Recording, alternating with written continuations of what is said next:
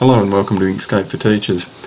In this tutorial I'll be showing you how you can use a pre-written Inkscape file that I've created that contains 25 tessellations to apply those tessellations to any object that you wish. I'll just zoom out. I've drawn all these tessellations off the page. There's quite a few of them, 25 as I said, but they won't print, so anything you leave here outside the page border won't print. I've got instructions here, but we'll go through this anyway. How I created these is the subject of a previous video, but I might make another one showing you how I created one of the more complex patterns here. Anyway, let's zoom in. Let's delete this to start from scratch, and I'll select the rectangles tool and drag a rectangle out. If I wanted to create a particular pattern, say number 10, I click on it, Control C. I know that copies the object, but you can click on the destination object and Control Shift V, and it'll just paste the pattern. It'll also paste the border. You can see this is a thin border, so if you had a border around this, it'll be lost and replaced with this one. So it's pretty easy to put that back. If you wanted to select stroke style under the fill and stroke menu, and you can crank that up to whatever you wanted to easily enough. Okay, if you want to adjust this pattern, if you click on it and then N for the node tool, see the little cross here, a square and a circle. I think that's a circle. Yeah, we're looking for might be another square actually, but we're looking for similar icons, and here it is here. Sometimes you have to do a bit of a search, and you can see here, and the circle and square will move with it, but this cross actually moves the position of the pattern, but I want it closer to this object here, so I'll zoom in. But sometimes you have to zoom way out, you know, talking about something like this to find those three small objects, not the ones on the pattern you just created, the other ones. Once you've found them, as I said, use the cross to drag them back, and what you can do is control drag the square to change the scale proportionally. Just drag it anywhere to change it disproportionately, and as I said, control drag the X to change where the pattern starts within the shape that you just created. The circle rotates the object like so. That's how we can create and manipulate tessellations within a desired object. If you want to colour it, it's a little bit fiddlier, but I'll show you how you can do that. What you should do is pick the one that you wanted, say that one, Control D to duplicate, and just drag a copy so that we've still got the original there in case you need it. And then with it selected, under Object, Pattern, Pattern to Objects. Disappears from the border. If you zoom out, you'll find it somewhere. Bit of a mystery where and why Inkscape puts it there. But anyway,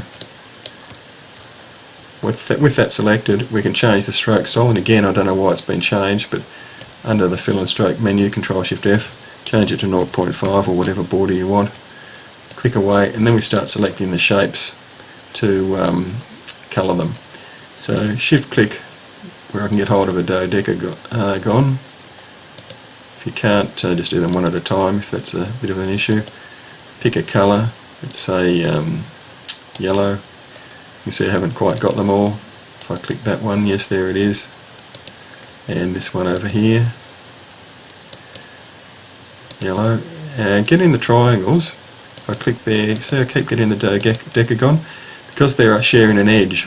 So use Alt and it'll cycle through there, or Alt Shift if you want to try and do them all at once. I know that's Shift is maintaining the dodecagon selected. So just Alt click until you get the triangles. Might have to do them one at a time, but it won't take too long because we're only dealing with a small area that's tiled to form the complete tessellation. Alt click, blue, Alt click, I'm just holding out, oops, Alt, and it'll cycle through.